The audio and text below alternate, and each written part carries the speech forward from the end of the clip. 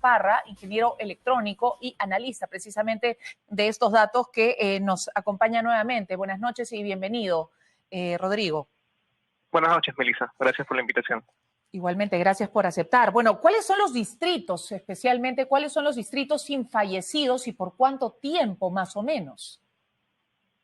Bueno, en el mes de julio es la gran mayoría y con esta última actualización solo queda Lima Cercado que presente algún día sin registro de fallecidos, pero por así decirlo el mapa se está pintando de verde en el sentido de que ya son varios días y como te mencionaba, la gran mayoría de ellos podemos dar algunos ejemplos como Barranco, Miraflores, Magdalena, Santiago de Surco, Jesús María, que ya están presentando con bastante frecuencia en este mes días sin fallecidos. Esto no quiere decir que sea de manera consecutiva, que se mantenga por las últimas 2 semanas, por ejemplo, pero ya se está notando el efecto del descenso que se veía venir desde el mes de abril. Desde el mes de abril es que se viene dando esta caída en las cifras y enhorabuena por eso. Ahora ha tardado bastante, de abril a julio, a tener finalmente distritos completos que tengan varios días ya sin fallecidos. Esto recién se ha podido percibir entonces en julio. ¿Cuántos suman en total los fallecidos de julio a nivel Lima y a nivel Perú? Bueno, a nivel Lima, el día de hoy es un promedio de 20 muertes por día y para que tengan un comparativo, en el peor momento se reportaban más de 350 muertes en Lima. En Perú ya está por debajo de 100 muertes al día, entre 90 y 100 muertes al día las que se reportan a diario, y en el peor momento llegaron a ser más de 820 registradas por COVID a nivel nacional.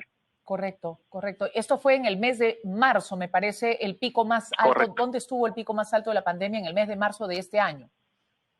Sí, correcto. Tuvimos 2 picos, uno en marzo, pero luego a nivel nacional volvió a subir hasta el 22 de abril, que fue el segundo pico más alto que tuvimos, y luego comenzó el descenso ya de manera sostenida hasta la fecha.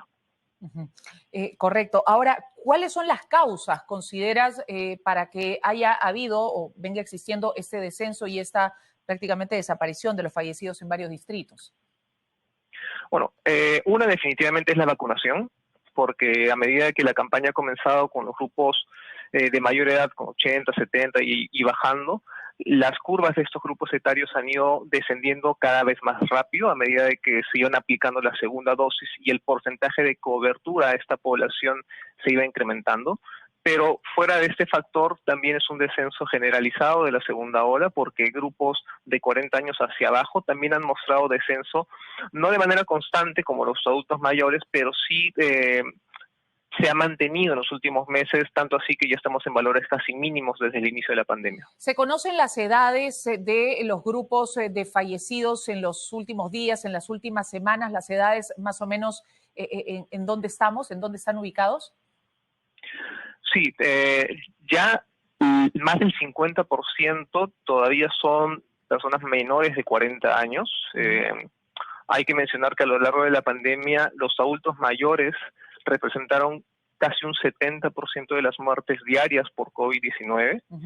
Ya este porcentaje ha ido disminuyendo y son los adultos jóvenes en general, quienes en porcentaje ya están rebasando este porcentaje y son los que más están falleciendo a diario. Ajá. Estamos hablando de personas de 30 a 40 años, 40 a 50 años. De 30 a 40 en este momento. Que son los que están todavía sin acceder a la vacuna. Correcto, bueno, correcto. Sí, los de 30 a 40 todavía no están accediendo a la vacuna y este grupo es el que está siendo más afectado el día de hoy. Correcto. Muy bien. ¿Y cuál es la situación en las regiones, por ejemplo, en cuanto a fatalidad? En cuanto a fatalidad, salvo Arequipa, todas las regiones ya están en niveles mínimos, similares a los que se tuvieron después de la primera ola, hablamos del mes de noviembre, e incluso algunas están retrocediendo aún más a niveles que no se veían desde marzo o abril del 2020, cuando iniciaba la pandemia. Arequipa, si bien ya tiene un descenso de casi 2 meses, todavía se encuentra en niveles altos, pero en un descenso sostenido. Ajá. Estamos hablando que en Arequipa, ¿cuál es el nivel de fallecimiento diario? ¿Cuál es el promedio? En Arequipa están falleciendo el día de hoy entre 10 a 15 personas y comenzando el mes eran alrededor o casi 40 personas al día. El descenso ha sido rápido en este último mes y eso también seguramente por la aplicación de la vacuna sabemos que se intensificó la campaña de vacunación en esta región. Y en cuanto a la ocupabilidad de camas UCI a nivel nacional, ¿se tiene la data de las personas que están ocupando una cama UCI? ¿Qué edades tienen? ¿Cuáles son las edades que oscilan ahí? No lo tenemos en datos, sabemos por comentarios del MINSA y de Salud que ya no son en su mayoría adultos mayores, sino como te mencionaba, adultos en el rango de 30 a 40 años, justamente los que vemos reflejados también en las cifras de fallecidos. Lo cierto es que hay una desocupación que se ha mantenido y el gran factor a favor que tenemos al día de hoy en este descenso, a diferencia del que tuvimos en la primera ola, es que el margen de disponibilidad es de 500 camas exclusivas para COVID. Comparado al descenso de la primera ola, solo tuvimos 100. Esto nos da al día de hoy una capacidad de respuesta inmediata ante una tercera ola. Correcto. ¿Y considera entonces que la tercera ola tendría un impacto menor al de la segunda o incluso al de la primera ola? Bueno, el impacto, hablando en partes, en casos, podría ser igual o mayor. Esto depende de la variante que se pueda presentar a futuro. Lo que sí deberíamos ver que se reduce son los casos graves en UCI y los fallecidos también.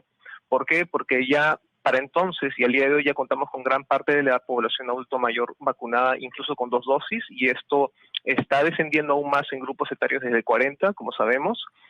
Esta población de 40 más representaba en su totalidad del 75 al 80% de los fallecidos que tuvimos a lo largo de la pandemia. Entonces es un grupo etario, es una población que estaría protegida ante una tercera ola. Ojalá entonces que la llegada de la tercera ola nos agarre con la mayor cantidad de personas vacunadas. Esperemos que así sea. Muchísimas gracias a Rodrigo Parra, ingeniero electrónico, por estar esta noche con nosotros en Noticias a las 10. Son las 10:44, vamos a una